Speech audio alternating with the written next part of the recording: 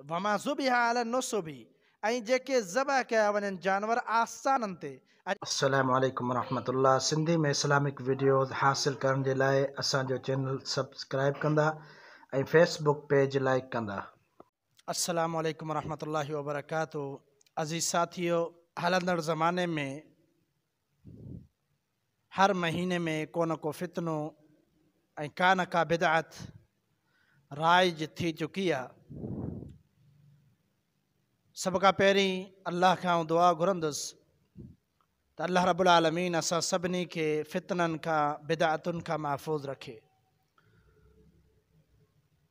महीनो रजबुल मुरज्जब इस्लामी महीननि मां हिकु महीनो आहे।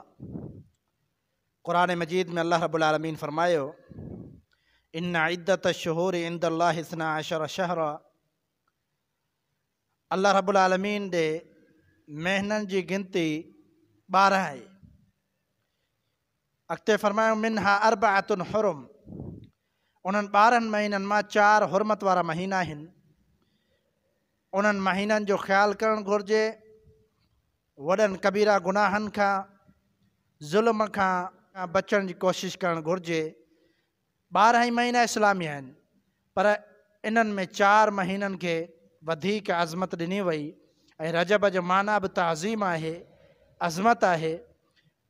नबी अलैहिस्सलातु वस्सलाम जी नबूवत खां अॻु जाहिलियत जे ज़माने में हिकिड़ी रस्म हुई जंहिंखे अतीरा चयो वेंदो हो। उन कम खे इस्लाम हराम करार ॾिनो। उहा अतीरा रस्म कीअं हुई?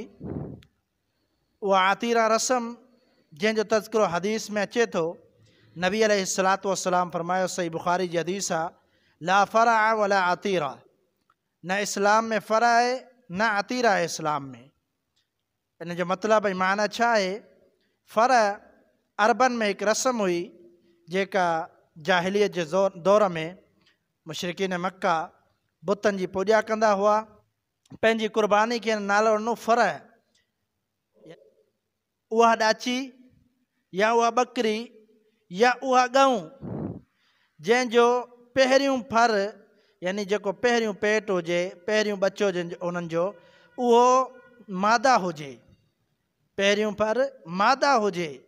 जेकॾहिं ईअं थियो त उन खे बुतनि जे नाले ते ज़बह कंदा हुआ। इहा उन्हनि में रस्म हुई।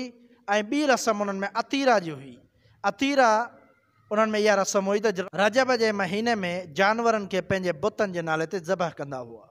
नबी अलैहिस्सलातु वस्सलाम फरमायो त इहे ॿई शयूं इस्लाम में हराम आहिनि ऐं ज़बह ऐं क़ुर्बानी सिर्फ़ु अल्लाह जे नाले ते ॾियणी आहे, ॿी कंहिं ज़ात जे लाइ जाइज़ न आहे। क़ुरान मजीद जी आयत सूरत माइदा में अल्लाह रब्बुल आलमीन फरमायो, हुर्रिमत अलैकुमुल मैततु वद्दमु वलहमुल खिंज़ीरि वमा उहिल्ल लिगैरिल्लाहि बिही। मुर्दार तव्हांजे लाइ हराम आहे, वहंदड़ रत तव्हांजे लाइ हराम आहे, खिंज़ीर जो गोश्त तव्हांजे लाइ हराम आहे, ऐं जंहिं ते अल्लाह के अलावा ॿी के मख़लूक जो नालो वठी ऐं उनखे ज़बह कयो वञे, उहो जानवर उनजो गोश्त बि तव्हांजे लाइ हराम आहे। अॻिते अल्लाह रब्बुल आलमीन फरमायो, वल मुनख़निक़तु वल मौक़ूज़तु, मुनख़निक़ा जेको घुट जी जानवर मरी वञे, ऐं मौक़ूज़ा जेको धक हणण सां मरी वञे, वल मुतरद्दियतु ऐं जेको मथां किरी करे मरी वञे उहो बि हराम आहे। वन नतीहतु ऐं जेको सिंग लॻण जे करे मरी वञे उहो बि हराम आहे। अॻिते अल्लाह रब्बुल आलमीन फरमायो, वमा अकल सबउ इल्ला मा ज़क्कैतुम, ऐं जंहिंखे दरिंदनि चीर फाड़ करण वारा जानवर उन्हनि चीरे फाड़े छॾियो हुजे उहे बि हराम आहिनि। पर मगर जेकॾहिं उन्हनि खे मारण जी सूरत में उनमें साह मौजूदु हो, तव्हां उन में सही तरीक़े सां इस्लामी तरीक़े सां उनखे ज़बह करे वरितो, जीअरे हूंदे अञा मुआ न हुआ, त पोइ हलाल आहिनि। वमा ज़ुबिहा अला नुसुबी, ऐं जेके ज़बह कया वञनि जानवर आस्थाननि ते। अॼुकल्ह आस्थान ऐं जिथे शिरक थियनि था, आस्थाना किथे हूंदा आहिनि?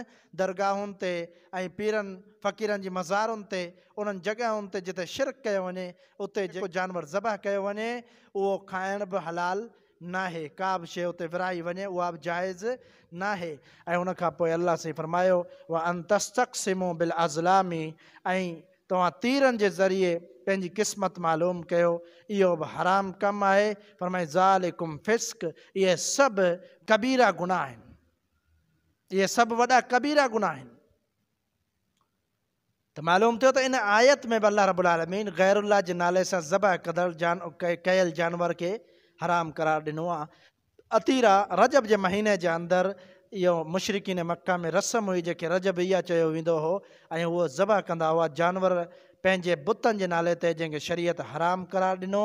नबी अलैहिस्सलातु वस्सलाम जो हिकु सहाबी आहे, फरमाए थो त हिकु शख़्स नबी अलैहिस्सलातु वस्सलाम वटि आयो, उन चयो अल्लाह जे रसूल, आउं बवाना जॻह ते उठ ज़बह करण थो चाहियां, इहा मूं नज़र मञी हुई।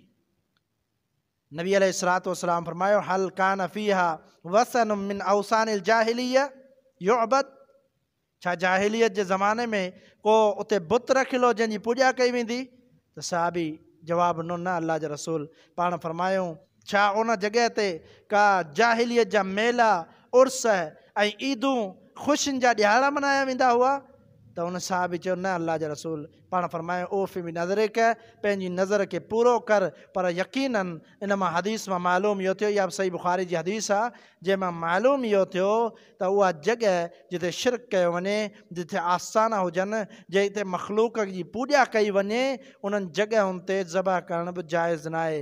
इन में असांखे इहो बि सबक़ु मिलियो ऐं मालूम थियो त रजब में उन दौर में, जाहिलीअ जे दौर में बि कुझु ख़राब शयूं हुयूं। इस्लाम अचण खां पोइ रजब जी फज़ीलत, अज़मत त उहा ई रही जेको हुरमत वारो महीनो आहे, पर उन में जेके ग़लति कम कया वेंदा हुआ उन खां शरीयत मना कयो। अल्लाह रब्बुल आलमीन मूंखे ऐं तव्हांखे सही माना में क़ुरान और हदीस सम्झण ऐं उन जे मुताबिक़ ज़िंदगी बसर करण जी तौफ़ीक़ अता फ़रमाए। वमा तौफ़ीक़ इल्ला